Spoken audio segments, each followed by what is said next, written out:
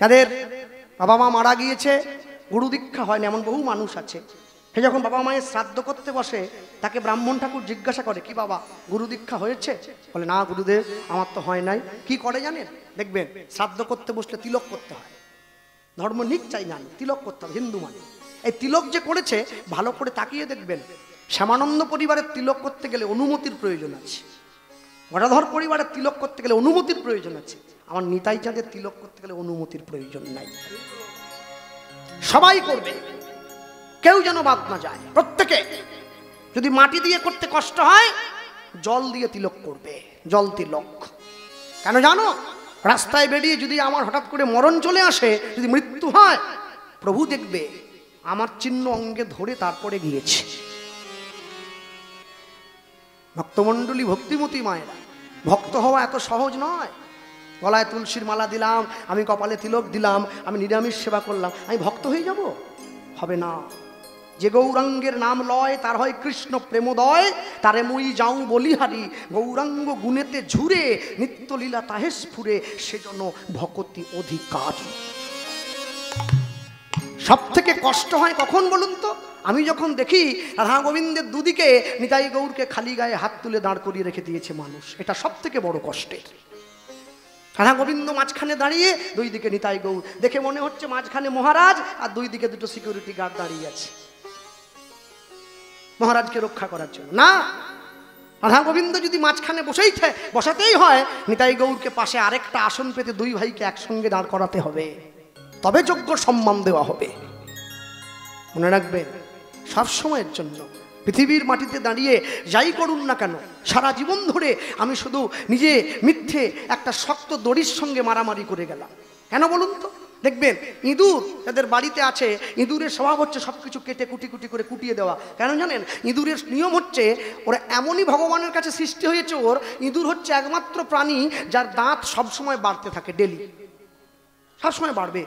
আর যদি ও কিছু না কাটতে পারে না, ওই দাঁতের খোঁচা লেগে ওই দাঁতটা ওর ব্রেনে ঝুঁকে যায়, ও মারা যাবে। সবসময় দাঁতটা বাড়তে আছে, ওই জন্য কোনো না কোনো জিনিস ও কাটতেই থাকে। মনে রাখবেন, ইঁদুরের যেমন দাঁত বাড়ে, জীব যদি প্রকৃত গুরুতত্ত্ব আশ্রয় করে, তার ভক্তিও বাড়তে থাকবে। আর যখন তার ভক্তি বাড়তে থাকবে, সে এক মুহূর্ত সময় আন কথার দিকে দেবে না, সবসময় ভক্তিপথ চর্চার দিকেই তার লক্ষ্য থাকবে। কি করলে আমার ভক্তিপথ সার হবে বলুন? এত কষ্ট করে আপনারা আয়োজন করেছেন, এই মায়েরা বাবারা আয়োজন করেছেন। আর সব থেকে বড় কথা, যিনি আমাকে ফোন করেছিলেন, যার ডাকে আমি ছুটে এসেছি, মাননীয় শ্রী ওমর শেখ মহাশয়। হ্যাঁ, আমি আশ্চর্য হয়ে গেছি। আমি তো এদিকে আসি নাই ওনার ডাকে কোনোদিন। আমি আশ্চর্য হয়ে গেলাম, এই জীবনে প্রথমবার কোনো ইসলাম ধর্মের মানুষ কীর্তন করার জন্য আমাকে আহ্বান করছে। হ্যাঁ, এইটা আমার সব থেকে বড় আনন্দের। আমি ওনাকে প্রশ্ন করেছিলাম, স্যার, হ্যাঁ আপনি আমাকে ডাকছেন, আমাদের হিন্দুদের হরিনাম কি আপনার পছন্দ হবে? আর দেখুন, আপনি এসে দেখুন, পরিবেশ দেখবেন, শ্রোতা দেখবেন, আমার না হলেও বাকিদের তো হবে। রান্নাটা আমার একার জন্য হয়নি, সবার জন্য হয়েছে। আমি খেতে নাই বা পারি, সবাই তো পাবে। কিন্তু তারপরে আমি কষ্ট পেলাম যখন উনি চলে গিয়েছেন অসুস্থতার জন্য। ওনার সঙ্গে আমার সাক্ষাতের খুব ইচ্ছে ছিল। আমি ভাবলে অবাক হয়ে যাই। দেখবেন, যারা ইসলাম ধর্মের ভাই বন্ধু রয়েছে, তারা প্রত্যেকে মসজিদে যায়, সারাদিনে 5 বার নামাজ পড়া হয়, যে কোনো একবার হলেও তারা যায়, যেতেই হয়।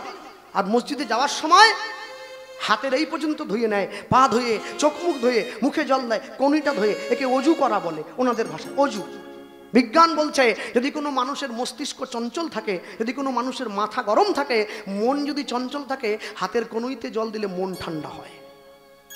তারা জানে, আল্লাহকে ডাকতে গেলে, খোদাকে ডাকতে গেলে, পীর পয়গম্বরকে ডাকতে গেলে আগে মন ঠান্ডা করতে হবে, তারপরে গিয়ে মসজিদে বসতে হবে।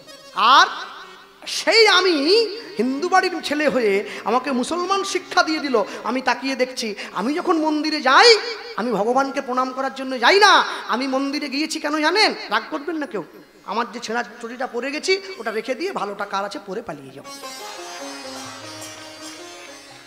আমার লক্ষ্য মন্দিরে গিয়ে জুতো চুরি করা, আর তার লক্ষ্য মসজিদে গিয়ে ভগবানকে ডাকা। তাহলে শিক্ষা কোথার থেকে পাবো?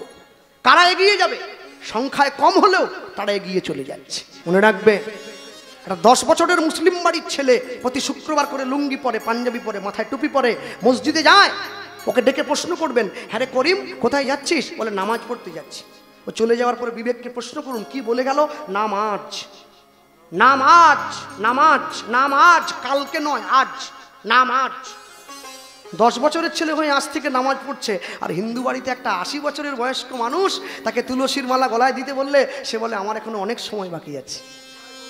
মনে রাখবে, দোষ আমাদের নয়, দোষ কারো নয় গো মা, দোষ কারো নয়, আমি সখাত সলিলে ডুবে মরি শ্যামা, দোষ কারো নয় গো মা। আপনার কর্মের জন্যে আপনি দায়ী। সারা জীবন ধরে উচ্ছে গাছ লাগিয়ে মরার সময় আম চাইলে যেমন পাওয়া যায় না, সারা জনম ধরে অকাজ কুকাজে মন দিয়ে মরার সময় মুখে হরিনাম বলতে গেলে আসে না। মনে রাখবে, সব সময়ের জন্য নিতাই চাঁদের করুণা না হলে কোনোদিন গৌর পাওয়া যায় না, আর গৌর না পেলে কোনোদিন কৃষ্ণ পাওয়া যাবে না। সেই নিতাই চাঁদ যে বড় গূঢ় নিত্যানন্দ এই অবতারে জীবের চৈতন্য জানায় যারে সে জানিবে তারে। সবাই জানবে না। নিতাই চাঁদ সত্যে শঙ্কর্ষণ, ত্রেতায় লক্ষণ, দাপরে বলরাম, কলিতে নিত্যানন্দ। আর এইখানে আরেকটু মহিমা হচ্ছে, শাস্ত্রকার বলছেন, ডক্টর মহানামৃত ব্রহ্মচারীজি তার গৌর কথা গ্রন্থে কলম দিলেন, নিতাই চাঁদ শুধুমাত্র বলরামের অবতার নয়। মায়েরা মন দিয়ে শুনবেন, কথার গুরুত্ব অনেক। হ্যাঁ, এটা মুখস্থ বিদ্যায় বলা কথা নয়। ভাগবত পড়ো গিয়া বৈষ্ণবের স্থানে, গুরুদেবের চরণ ধরে শিখে আস্বাদন করে তারপরে বলার চেষ্টা করছি। মহানামৃত ব্রহ্মচারীজি বললেন, নিতাই চাঁদ অন্য কেউ নয়। নিতাই চাঁদ কে? আপনারা সকলে জানেন, দাপর লীলায় মান ভঞ্জন হয়েছিল গোবিন্দের, আর যার জন্য গোবিন্দর কাছে রাধারানী মান করেছিল সেই সখীটার নাম হচ্ছে চন্দ্রা। যার কুঞ্জে চলে গিয়েছিল, রাধারানী আসতে গিয়ে কুঞ্জে চলে গিয়েছে, রাধারানী আমার মান করেছে। আর ওই যে মান করেছে, রাধারানী মান করলো, ওই চন্দ্রাবলীর আবেশ অবতার হচ্ছে নিতাই চাঁদ। মহানামৃত ব্রহ্মচারী যার অনুভব দিয়ে লিখছেন। কেন না, এই জন্য আবেশ অবতার না, নিতাই চাঁদের কাজই ছিল, যেহেতু দাপর যুগের মাটিতে ভগবানের সব ইচ্ছে পূরণ করতে পারেননি, তাই কথা দিয়েছিলেন, প্রভু আগত কলিযুগের মাটিতে আমি তোমার সব ইচ্ছে পূরণ করব, তোমার সঙ্গে তোমার সঙ্গী হব। তিনি নিতাই হয়ে এসেছেন।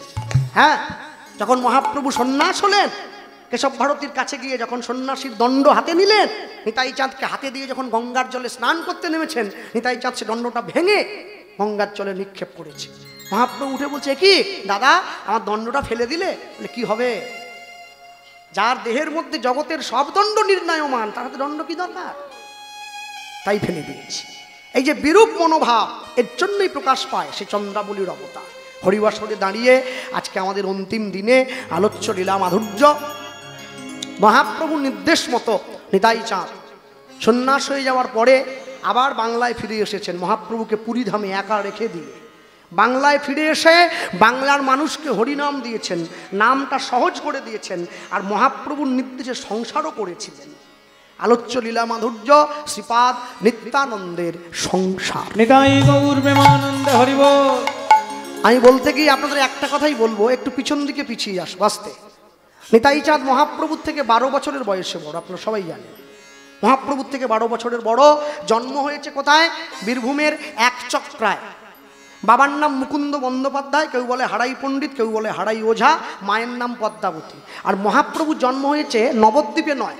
নবদ্বীপ মানে 9টা দ্বীপের মিলিত জায়গার নাম নবদ্বীপ। একটা ছেলে 9 জায়গায় জন্মাবে কি করে? নবদ্বীপে নয়, মহাপ্রভুর জন্ম হয়েছে নবদ্বীপের অন্তদ্বীপ নামে একটা জায়গায়।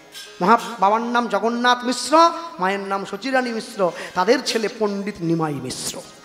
হ্যাঁ, এই নিতাই চাঁদ মহাপ্রভুকে জীবনে কোনোদিন কোনো কাজে বাধা দিলেও শুভ কাজে কোনোদিনও বাধা দেয়নি। তবে একদিন দিয়েছিলেন। কোন দিন জানেন? যেদিনকে নিমাই দ্বিতীয়বারের জন্য বিয়ে করতে যায়। প্রথম স্ত্রী লক্ষ্মীপ্রিয়া, পরেরটা বিষ্ণুপ্রিয়া। প্রথম বিবাহ নিজের ইচ্ছায় করলেন, দ্বিতীয় বিয়ে মায়ের ইচ্ছায় করলেন। ছেলে যখন বিয়ে করতে যায়, মায়ের পায়ে হাত দিয়ে প্রণাম করে বলছে, মা আশীর্বাদ করো, তোমার জন্য দাসী আনতে যাচ্ছি। সচিমা মাথায় হাত দিয়েছে। মহাপ্রভু মায়ের হাতটা ধরে বলছে, মা আশীর্বাদ করো। কি? এতদিন পর্যন্ত কেঁদেছি নদিয়াবাসীর জন্যে, আজকে বিয়ে করে তোমার দাসী তোমার চরণে দিয়ে আমি কাঁদবো জগৎবাসীর জন্যে। এই কথার মধ্যে যে কি লুকিয়েছিল সচিমা বুঝলো না। ছেলেটা পণ্ডিত। বিয়ে করে এসে হাতটা ধরিয়ে দিয়েছে, বিষ্ণুপ্রিয়ার হাতটা সচিমায়ের হাতে। দিয়ে বলছে, মা এই রইল তোমার দাসী, এবার আমায় বিদায় দাও, এবার আমি আসি। সে কি রে নিমাই, বৌমাকে নিয়ে একটু ফুলশয্যার ঘরে বসবি না? আমি যুগল দর্শন করব, কত সুন্দর মানিয়েছে দুটিকে। আসতে যখন ছোট্ট ছেলেটা ছিল, নিম গাছের তলায় জন্ম হয়েছিল, তখন তার নাম ছিল নিমাই। যখন গঙ্গাদাস পণ্ডিতের টোলে পড়াশুনো করতো, তখন তার নাম হয়েছিল গৌরাঙ্গ। যখন আমাদের মতো কলিযুগের জীবকে উদ্ধারের জন্য 24 বছর বয়সে সন্ন্যাস হলো, তখন তার নাম হয়েছে মহাপ্রভু। আর যখন গম্ভীরায় গিয়ে কই কৃষ্ণ কোথায় কৃষ্ণ বলে ছোট্ট ঘরটায় নাক মুখ ঘষে রক্ত বের করে ফেলেছে, তখন তার নাম হয়েছে শ্রীকৃষ্ণ চৈতন্য। একটা মানুষের এক জীবনে 4 বার জন্ম হয়েছে, 4 বার। আর আমাদের 2 বার জন্ম হয়, একবার মায়ের পেট থেকে মানুষ রূপে, আর একবার গুরুদেবের কাছ থেকে দীক্ষা নিয়ে ভক্ত রূপে। যতদিন পর্যন্ত জীবের গুরুকরণ নাহি হয়, সেই জীবকে পশু বলে জানিবে নিশ্চয়। ভক্তমণ্ডলী মায়েরা নিতাই চাও। আর যেই হাত ধরেছে, আর যখনই মায়ের এই কথা শুনলো, মহাপ্রভু সচী মায়ের সেই ইচ্ছেটা পূরণ করছে। কি করে? বিষ্ণুপ্রিয়ার হাতটা ধরে ফুলশয্যার ঘরে নিয়ে যাচ্ছে। আর যখনই ফুলশয্যার ঘরে ঢুকতে গেল, দরজার বাইরে নিতাই চাঁদ দাঁড়িয়ে আছে। আর যখনই দাঁড়িয়ে আছে, অনুভব করুন হৃদয়ে, যখনই দাঁড়িয়ে রয়েছে, বড় ভাসুর তো বিষ্ণুপ্রিয়ার থেকে বড় ভাসুর নিতাই চাঁদ, মাথায় ঘোমটাটা দিয়ে দিচ্ছে। কিন্তু মাথায় ঘোমটা দিলে কি হবে? কানটা তো খোলা আছে, কি বলছে শুনতে পাচ্ছে। নিতাই চাঁদ মহাপ্রভুর হাত ধরে বলছে, ভাই কি কোথায় যাচ্ছিস? ফুলশয্যার ঘরে, আমাদের জীবনের সব থেকে আনন্দের মুহূর্ত, ওই ঘরের মধ্যে রাত্রি যাপন করব। নিতাই চাঁদ হাত ধরে বলে উঠছে, ভাই মানুষ যেদিন ফুলের ওপরে ঘুমায় সেদিন তার ফুলশয্যা হয়, আর ফুল যেদিন মানুষের ওপরে ঘুমায় সেদিন তার অন্তিম শয্যা হয়। আর কোনো কথা বলে নাই, পাশ দিয়ে চলে গেছে। বিষ্ণুপ্রিয়া দেবীর মনে কথাটার দাগ কেটে গেল। কি বলল? ঘরের মধ্যে ঢুকে বারবার ধরে মহাপ্রভুকে বলছে, প্রভু তোমার দাদা কি বলে গেল? আরে বাদ দাও না, দাদার কথা বাদ দাও, পাগল লোক কি বলে গেল, জানার দরকার নেই, ছেড়ে দাও না, তুমি বলো না, তুমি বলো। মহাপ্রভু বলছে, এই যে পালঙ্কটা দেখতে পাচ্ছ না, ফুল দিয়ে সাজানো হয়ে আছে। বলে হ্যাঁ, আজকে আমাদের ফুলশয্যা, আজকে আমি আর তুমি এই ফুল দিয়ে সাজানো পালঙ্কের উপরে ঘুমাবো। আমার দাদা বলে গেল, মানুষ যেদিন ফুলের উপরে ঘুমায় সেদিন তার ফুলশয্যা হয়, আর ফুল যেদিন মানুষের উপরে ঘুমায় সেদিন তার অন্তিম শয্যা হয়। যেদিন আমি চির ঘুমিয়ে থাকবো, আমার উপরে ফুলগুলো ঘুমিয়ে থাকবে, সেদিন আমার অন্তিম শয্যা হবে। আমাকে বলো হরি হরি বল বলে শ্মশান ঘাটে নিয়ে চলে যেতে হবে। নিতাই চাঁদের হাতটা মহাপ্রভু ধরে, তুমি শোনো শোনো,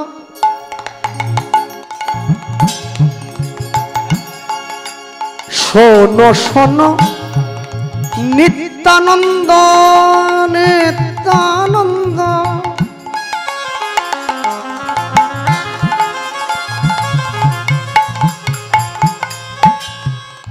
দাদাই আমার, দাদাই আমার, রিভাব করে রাখুন, সাউন্ড ড্রাই হয়ে গেছে। দাদাই আমার, দাদাই আমার, দাদাই আমার। হ্যালো শোনো হ্যালো, নিত্যানন্দ। হ্যালো, সাউন্ডটা রিভাব করতে, সাউন্ডটা ড্রাই হয়ে গেছে। ও এই কলির জীব, কলির জীব সব জন্ময় অন্ধ। ওগো শোনো শোনো নিত্যানন্দ।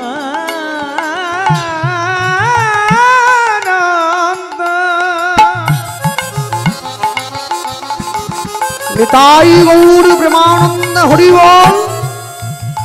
এই কলির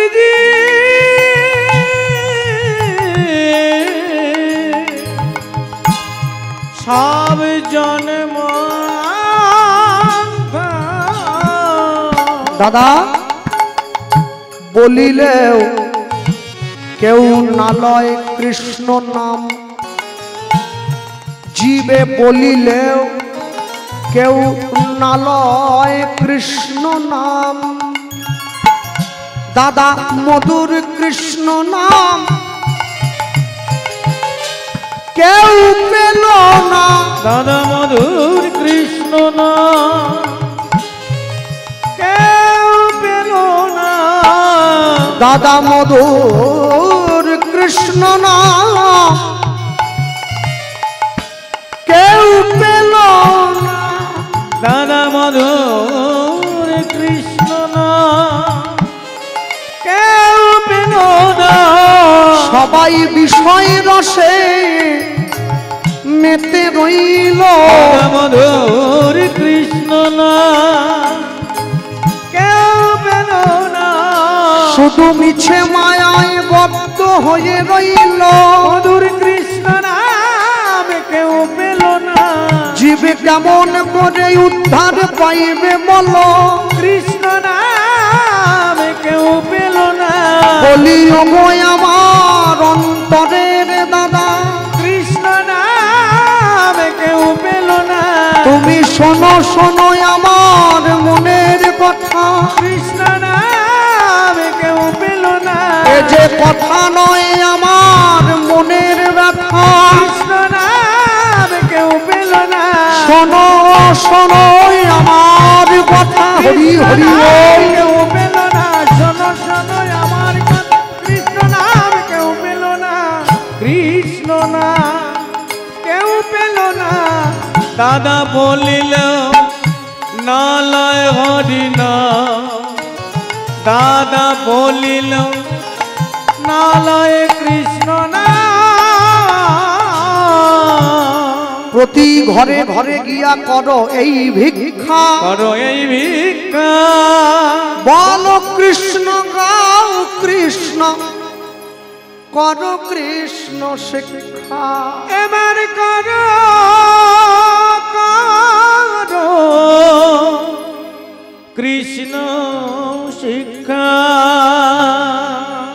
আর যখনই হাতটা ধরে অনুরোধ করেছে প্রতিটা মানুষের ঘরে ঘরে যাবে জীবকে কৃষ্ণ কৃষ্ণ বলাবে যে না বলবে তার হাতে ধরবে তাও যদি না বলে তার পায়ে পড়বে তাও যদি না বলে বুকে জড়িয়ে ধরবে দেখবো জীব কতক্ষণে কৃষ্ণ না বলে থাকতে পারে ভক্তমণ্ডলী মায়ের নিতাই চাঁদ মহাপ্রভুর হাতটা ধরেছে আচ্ছা ঠিক আছে জীবকে কৃষ্ণ বলাবো আমি কথা দিলাম কিন্তু তার আগে চল তোকে পুরীতে দিয়ে আসি তারপরে আসবো আর যেই বলেছে নিতাই চাঁদের হাত ধরে মহাপ্রভু পুরী ধামে গিয়েছে হ্যাঁ আর ওই যে পুরী ধামে গিয়েছে পুরী ধামে গিয়ে সমুদ্রের পাড়ে বসে আছে দুইজন দুই ভাই ভাই তাহলে আমি আসি আমি তোকে কথা দিলাম আমি যাব আমি বাংলার মানুষকে হরিনাম দেবো মনে রাখবেন আপনারা শহরের মানুষ পৌরসভায় বাস করেন তাই তো পঞ্চায়েত তো নয় পৌরসভা পৌরসভা মানে শহর নাকি তাই তো হ্যাঁ বেশ আপনারা যদি চান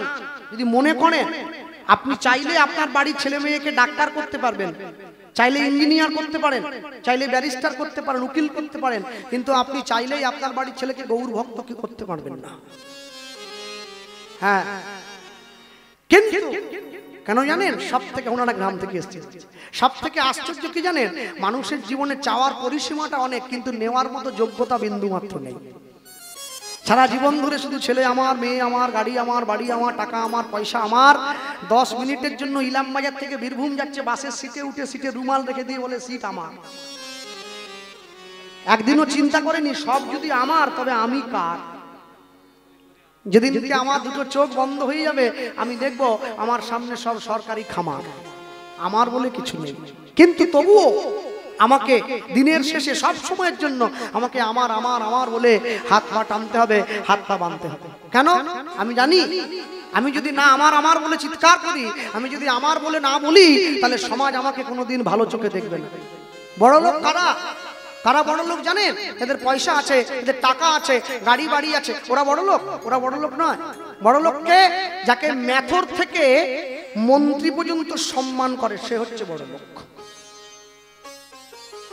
হ্যাঁ যাকে সকলে সম্মান করে সে হচ্ছে বড় লোক আর যার নিজের কিছু নেই তবু তাকে লোকে কোনোদিন চোর বলে ভাবে না সে হচ্ছে বড় লোক মনে রাখবেন সব সময়ের জন্য পৃথিবীর মাটিতে দাঁড়িয়ে যত বিনয় হতে পারবেন নিচু হতে পারবো আমি যত আমার মান বাড়বে তত বড় যদি হতে চাও ছোট হও আগে নিজে যারে বড় বলে বড় সে নয়, লোকে যারে বড় বলে বড় সেই হয়। যদি পেতে চাও কিছু আগে মাথা করো নিচু। মাথা যদি নিচু না করো তুমি কোনোদিনের জন্য কিচ্ছু পাবে না।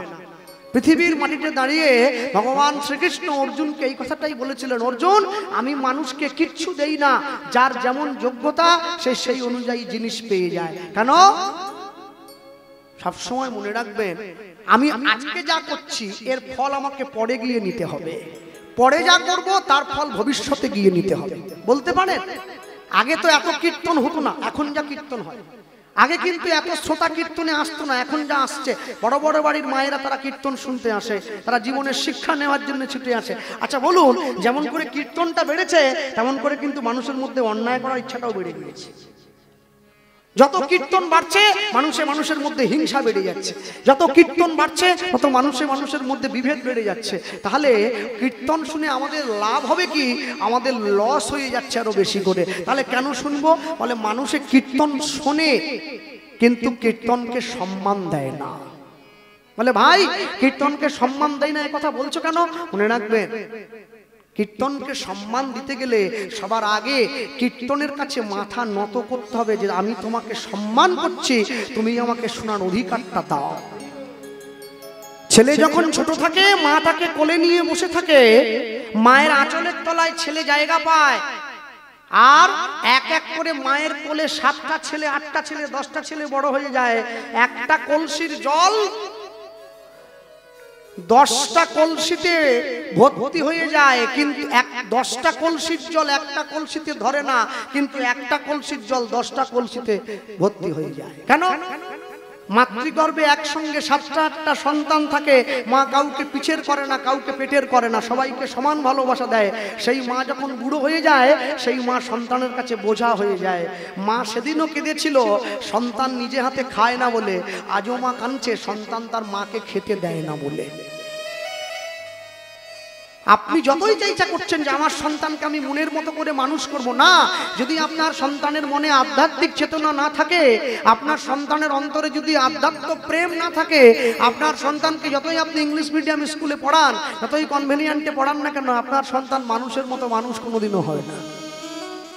মানুষ হতে গেলে আগে মনুষ্যত্ব অর্জন করে তারপরে মানুষ হতে হয়। নিতাই চাঁদ মহাপ্রভুর চরণে প্রণাম জানিয়েছে, ভাই তাহলে আমি আসছি, আর মনে রাখিস আমি কিন্তু ফিরে এসে তোর সঙ্গে দেখা করব। দাদা, পিছন থেকে মহাপ্রভু ডাক দিয়ে বলছে, দাদা শুধু চলে গেলে হবে না, কি আমার শেষ একটা ইচ্ছে আছে। ইচ্ছেটা কি জানো? বাংলায় গিয়ে একটা বিয়ে করবে, সংসার করবে, ছেলে মেয়েকে সঙ্গে নিয়ে হরিনাম প্রচার করবে, তবে তো সকলে জানবে যে বিয়ে করে সংসারে থেকেও কীর্তন কৃষ্ণ নাম করা যায়, নাহলে লোক বুঝবে কি করে? নিতাই চাঁদ বলছে, ভাই আমায় ফাঁসিয়ে দিলি তো, আমার মতো গরিব ভিখারিকে কে বিয়ে করবে? আমার চাল নেই, শিলো নেই। তুমি যাও, ভাবছো বসে চলবে কিসে, তুমি ভাববার কে? তোমার ভাবনা যিনি ভাবছেন তুমি ভাবো তাকে। যাও, চলে যাও। মহাপ্রভুর কাছে বিদায় নিয়ে নিতাই চাঁদ চলে এসেছে কোথায়? হুগলি জেলার আদিসপ্তক গ্রাম। আর ওই আদিসপ্তক গ্রামে কার শ্রীপাঠ? রঘুনাথ দাস গোস্বামীর শ্রীপাঠ। আর ওই আদিসপ্তক গ্রামে আরেকজনের শ্রীপাঠ আছে, সে হচ্ছে উদ্ধারণ দত্ত ঠাকুর, দ্বাদশ গোপালের এক গোপাল, তার শ্রীপাঠ আছে। এই উদ্ধারণ দত্ত হচ্ছে নিতাই চাঁদের মন্ত্র শিষ্য, কাছে বসিয়ে দীক্ষা দিয়েছে। আমি বলে রাখি সবাইকে, মহাপ্রভু কোনোদিন কাউকে শিষ্য করেননি, কিন্তু নিতাই চাঁদ করেছে। তার মধ্যে উদ্ধারণ দত্ত একজন। উদ্ধারণ দত্ত বেটে মানুষ আমার মতো, আর গায়ের রং কালো আমার মতো, আর গায়ে কুচকুচে করে সর্ষের তেল মেখেছে, গলায় মোটা তুলসীর মালা, আর সোনার ব্যবসা করে, প্রচুর টাকা পয়সা। তো কোনোদিন জাত বিচার করে না, যা ধরে তার কাছে হয়ে যায়। উদ্ধারণ দত্ত সকালবেলা স্নান করতে আসছে, গঙ্গা স্নান, গায়ে তেল মেখে যত মানুষ আছে আদিসপ্তক গ্রামের সবাইকে ডেকে বলতে বলতে আসছে, শোনো গো মানুষজন, তোমরা আমার সঙ্গে একসঙ্গে চলো, আমরা যাবো গঙ্গায় স্নান করার জন্য। আমরা গিয়েছিলাম কদিন আগে দর্শনের জন্য, গিয়ে দাঁড়িয়েছে গঙ্গার পাড়ে, আর মানুষকে বলতে বলতে আসছে কি, নিতাই নিতাই নিতাই নিতাই নিত্যানন্দ নাম, গৌর গৌর গৌর গৌর গৌর গুণধাম। হরি হরি হরি নিতাই নিত্যানন্দ নাম, গৌর গৌর গৌর গৌর গৌর গুণধাম, নিতাই নিতাই নিতাই নিতাই নিত্যানন্দ নাম, গৌর গৌর গৌর গৌর গৌর গুণধাম। একটু হাত তোলা যাবে? তুলেছেন? একটু তালি দেওয়া যায় কি? হ্যাঁ, শেষ দিন আনন্দ আনন্দ মহানন্দ। আমাদের তো গোষ্ঠ থেকে ফিরে চলে যেতে হবে, গোষ্ঠ মেলা উপলক্ষে কীর্তন বলতে হবে। যারা পিছন দিকে বসে আছেন হাতটা তুলুন। নিতাই নিতাই নিতাই নিতাই নিত্যানন্দ না, গৌর গৌর গৌর গৌর গৌর গুণ, হরি হরি বল হরি বল। নিত্যানন্দ না, গৌর গৌর গৌর গৌর গৌর গুণদা, অবধূত শ্রী নিত্যানন্দ জয়তু শ্রী গৌরচন্দ্র। অবধূত শ্রী নিত্যানন্দ জয়তু শ্রী গৌরচন্দ্র। অবধূত শ্রী নিত্যানন্দ জয়তু শ্রী গৌরচন্দ্র। অবধূত শ্রী নিত্যানন্দ জয়তু শ্রী গৌরচন্দ্র। নিতাই নিতাই নিতাই নিতাই নিত্যানন্দ না, গৌর গৌর গৌর গৌর গৌর গুণধা, হরি হরি বল হরি হরি বল। গৌর গৌর গৌর গৌর গৌর গুণধা, বলো নিতাই নিতাই নিতাই নিতাই আনন্দরা। গৌর গৌর গৌর গৌর গৌর গুণধা, নিতাই নিতাই নিতাই নিতাই নিত্যানন্দনা। গৌর গৌর গৌর গৌর গৌর গুণধা, নিতাই নিতাই নিতাই নিতাই নিত্যানন্দ না। গৌর গৌর গৌর গৌর গৌর গুণধা। আরে বলি ভাই নিতাই চাঁদ কি জয়, চৈতন্য মহাপ্রভু কি জয়। নিতাই গৌর প্রেমানন্দে, হরি বল, নিতাই গৌর হরি হরি বল। ঝাঁপ দিয়ে গিয়ে পড়লো গঙ্গার জল। আর যখন ঝাঁপ দিয়ে পড়েছে, ঘন কুয়াশায় চিনতে পারছে না, নিতাই চাঁদ ছুটে এসে গঙ্গার পাড়ে দাঁড়িয়ে বলছে, কে রে? আমার নাম নিয়ে গঙ্গায় আত্মহত্যা করে মরলো রে, এই আবার আমার পাপে ডোবালো।